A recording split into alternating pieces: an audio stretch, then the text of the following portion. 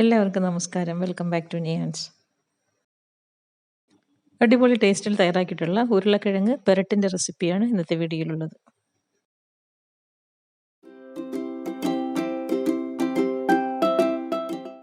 ഇത് തയ്യാറാക്കുന്നതിന് വേണ്ടി പാനിലേക്ക് എണ്ണ ഒഴിച്ചു കൊടുക്കാം. എണ്ണ ചൂടായി വരുമ്പോൾ അതിലേക്ക് ഒരു സവാള സ്ലൈസ് ചെയ്ത് ഇട്ട് കൊടുത്ത് നല്ലതുപോലെ ഒന്ന് വഴറ്റിയെടുക്കാം.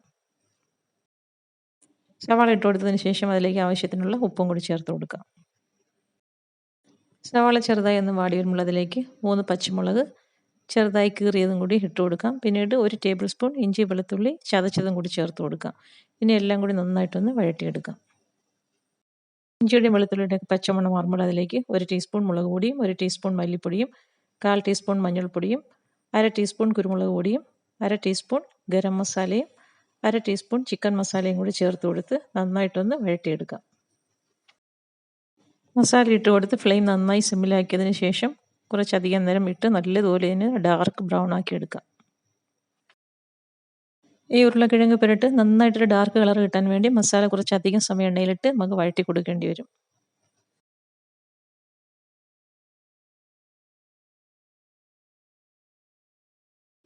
ഇതുപോലെ നന്നായിട്ടൊരു ഡാർക്ക് കളറാകുമ്പോൾ അതിലേക്ക് ഒരു തക്കാളി സ്ലൈസ് ചെയ്തതും കൂടി ചേർത്ത് കൊടുക്കുക. തക്കാളി ഇട്ട് കൊടുത്ത് മസാലയ്ക്ക് എല്ലാം കൂടി ചേർത്ത് നന്നായിട്ടൊന്ന് ഇളക്കിയതിന് ശേഷം അടച്ചു വെച്ചൊന്ന് വേവിച്ചെടുക്കാം. തക്കാളി ഇതുപോലെ വെന്ത് വരുമ്പോൾ സ്പാച്ചില വേവിച്ച് നന്നായിട്ടൊന്ന് ഉടച്ച് ഇതിലേക്ക് ചേർത്ത് കൊടുക്കാം. തക്കാളി പെട്ടെന്ന് വെന്ത് കിട്ടാൻ വേണ്ടി കുറച്ചുകൂടി ചെറിയ പീസസ് ആയിട്ട് കട്ട് ചെയ്തിട്ട് കൊടുത്താൽ നന്നായിരിക്കും. തക്കാളി ഇതുപോലെ നന്നായിട്ട് ഇതിലേക്ക് ഉടച്ച് ചേർത്ത് കൊടുക്കാം. ഞാനൊരു മീഡിയം സൈസ് 3 ഉരുളക്കിഴങ്ങാണ് എടുത്തിരിക്കുന്നത്. അതിനുള്ള മസാലയാണ് ഈ തയ്യാറാക്കുന്നത്. ഇനി ഇതാ ഈ ഒരു വലിപ്പത്തിലാണ് ഉരുളക്കിഴങ്ങ് കട്ട് ചെയ്തെടുത്തിരിക്കുന്നത്. നമ്മൾ സാമ്പാറിലൊക്കെ ഇടാൻ എടുക്കുന്ന ആ ഒരു വലിപ്പത്തിൽ 3 ഉരുളക്കിഴങ്ങ് കട്ട് ചെയ്ത് ഇതിലേക്ക് ഇട്ട് കൊടുക്കാം. ഇനി ഉരുളക്കിഴങ്ങിന് ആവശ്യമായ ഉപ്പും കൂടി ചേർത്ത് കൊടുക്കാം. ഇനി മസാലയിലിട്ട് നന്നായിട്ട് ഇതിനെ ഒന്ന് മിക്സ് ചെയ്തെടുക്കാം. ഉരുളക്കിഴങ്ങ് മസാലയിലേക്ക് ഇട്ട് കൊടുത്ത് ഇതേപോലെ നന്നായി ഒന്ന് മിക്സ് ആക്കി കൊടുത്തതിന് ശേഷം അടച്ചു വെച്ചൊന്ന് ആവി കയറ്റിയെടുക്കാം. മീഡിയം ഫ്ലെയിമിലിട്ട് 2 മിനിറ്റ് കഴിയുമ്പോഴേക്കും നന്നായിട്ട് ആവി വരും.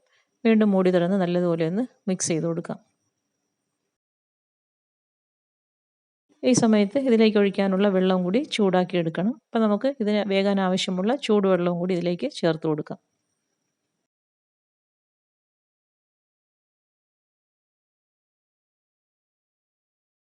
വെള്ളം ചേർത്ത് കൊടുത്ത് നന്നായിട്ടൊന്ന് മിക്സ് ആക്കിയ ശേഷം തിളച്ച് വരുമ്പോൾ ഇതിനെ ഒന്ന് മൂടി വെച്ച് വേവിച്ചെടുക്കാം.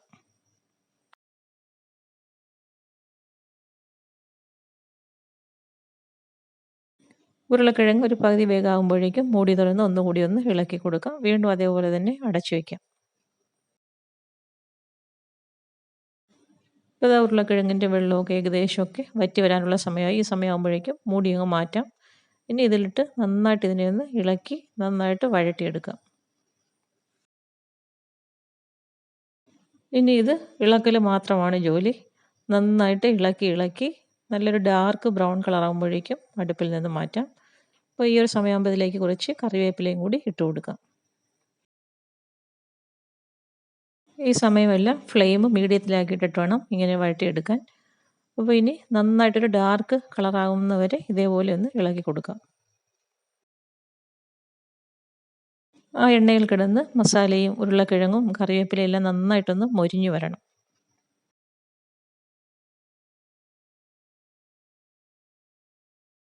ഫ്ലെയിം മീഡിയത്തിൽ കിടക്കുന്നത് കൊണ്ട് തന്നെ നമുക്ക് ഇടയ്ക്കിടയ്ക്ക് ഇളക്കി കൊടുത്താൽ മതിയാകും. ഉരുളക്കിഴങ്ങിൻ്റെ ഈ ഒരു ഐറ്റം ഭയങ്കര ടേസ്റ്റാണ്. എല്ലാ രീതിയിലും ഒന്ന് ചെയ്ത് നോക്കൂ. ഇങ്ങനെ നന്നായിട്ട് മൊരിയിച്ചെടുക്കുമ്പോൾ തന്നെ നല്ലൊരു മണവും കൂടിയാണ്. അപ്പോൾ അത് ഇട്ട് കൊടുത്ത മസാലയെല്ലാം നന്നായിട്ട് ഉരുളക്കിഴങ്ങിൽ പിടിച്ച് വന്നിട്ടുണ്ട്. നന്നായിട്ട് ആ പുറം വശമൊക്കെ മൊരിഞ്ഞ് നല്ല പരുവായി വന്നിട്ടുണ്ട്. ഇനി നമുക്കിത് എത്രത്തോളം ഡാർക്ക് ആക്കണോ അത്രത്തോളം അടുപ്പിലിട്ട് ഇതേപോലെ തന്നെ ഇളക്കി കൊടുക്കണം. ഇപ്പോൾ അതാ കണ്ടില്ലേ, അതിലെ എണ്ണയൊക്കെ നന്നായിട്ട് ഇങ്ങനെ വിട്ട് വരുന്നുണ്ട്.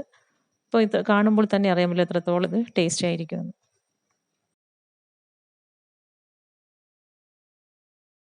അവരവരുടെ ഇഷ്ടത്തിനനുസരിച്ച് എത്രത്തോളം ഇത് മൊരിയിച്ചെടുക്കണമോ അത്രത്തോളം ഇട്ട് ഇളക്കി കൊടുക്കാം.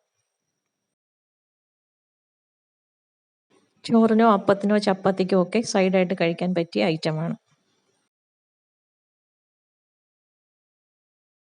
ഇത് ഈ ഒരു സമയമാകുമ്പോഴേക്കും ഫ്ലെയിം ഓഫ് ചെയ്ത് അടുപ്പിൽ നിന്ന് മാറ്റാം. ഇനി ഇത് നമുക്ക് ഒരു വിളമ്പുന്ന പാത്രത്തിലേക്ക് മാറ്റി കൊടുക്കാം. അപ്പോൾ ഇത്രയേ ഉള്ളൂ. സൂപ്പർ ടേസ്റ്റിലുള്ള ഉരുളക്കിഴങ്ങ് പുരട്ട് തയ്യാറായി കഴിഞ്ഞു. എല്ലാവരും ഈ ഒരു രീതിയിലൊന്ന് ട്രൈ ചെയ്ത് നോക്കൂ. തീർച്ചയായും ഇഷ്ടപ്പെടും. വീഡിയോ ഇഷ്ടമായി ലൈക്ക് ചെയ്ത് സബ്സ്ക്രൈബ് ചെയ്ത് സപ്പോർട്ട് ചെയ്തേക്കൂ.